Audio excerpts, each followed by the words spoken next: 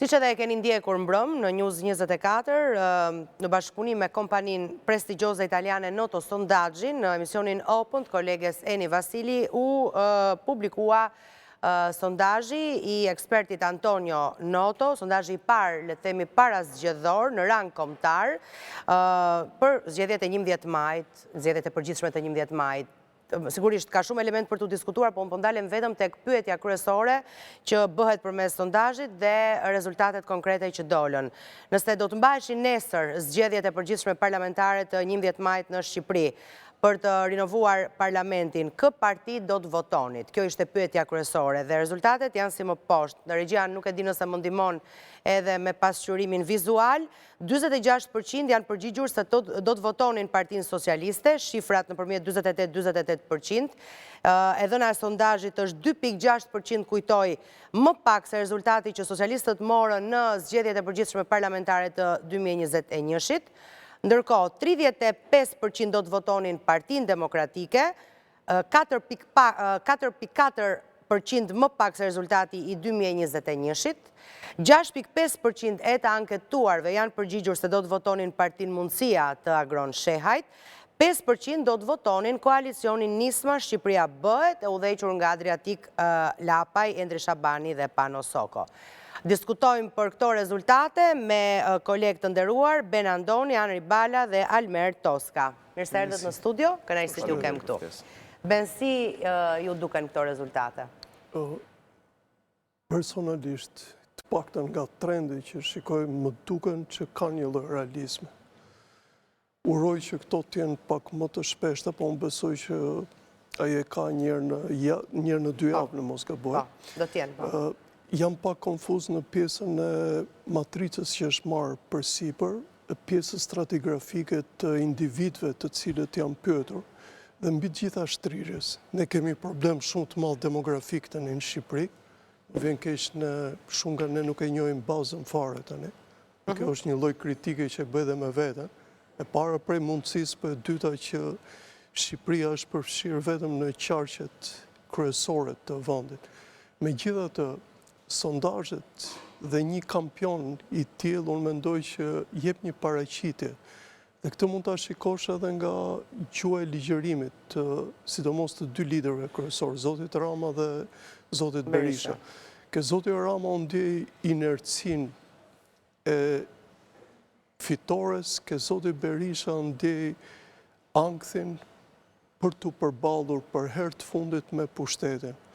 Personalisht besoj që detyra më e vështirë është tek zoti Berisha, e para për këtë mal të madh që ka mbi kurriz, sepse me çfarë shikoj kjo pjesa e përfaqësimit ke listat e mbyllura ka krijuar shqetësime brenda Partisë Demokratike, dhe dyta me atë që njerëzit e Partisë Demokratike sa do të përfshihen për ta ndihmuar Partinë Demokratike. Mendoj që ka ndihmuar disi ardhja e Lat Civitas, po sa më e konfuze është figura e tij përballë publikut. E para prej mënyrës se si ai po paraqitet. Për shembull, nëse ndiqja të shkrimin e Huffington Post, zoti Lat Civitas është mbajtur si njeriu i cili do jetë strategjisti kryesor. Ndërkohë ke pjesa e lobistëve që duhet të jenë në listat amerikane, ke Fara, që është kjo, ai nuk rezultonte deri javën që kaloi. Dhe këtë rebus ai e zgjidhi vetë kur thonë kam ardhur për të ndihmuar.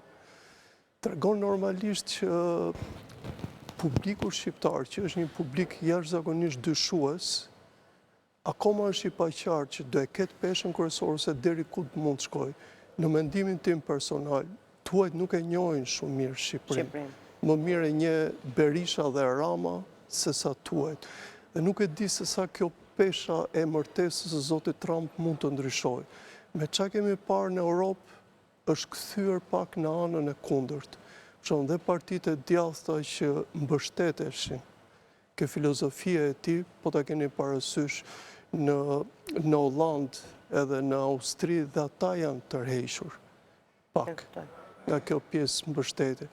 Por po mendoj realisht që më shumë Partia Demokratike duhet të jetë shumë e kujdesshme ndaj këtyre sondazheve dhe të punojë fort për të arritur atje ku mendohet. Unë besoj që edhe në momentet e fundit mund të ketë diçka, por diferenca deri tani mendoj që është Për të ndihmuar në arsyetimin e të treve ju dhe për t'i analizuar si që duhet këto rezultate, doja t'ju thoja se janë intervistuar 2005 persona në periudhën 11 deri në 13 prill, nga i gjithë vëndi dhe i grup moshave të ndryshme.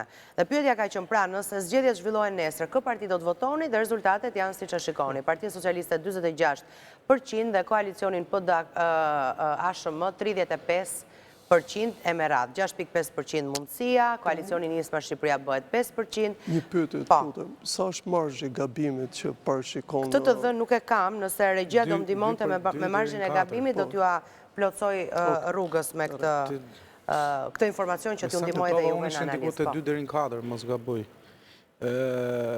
Unë besoj se në ato shifra jemi, unë besoj se kjo 26% që ose 35% që Partisë Demokratike, partisë më të madhe opozitare në vend, nuk e besoj se dhe superohet për shkak të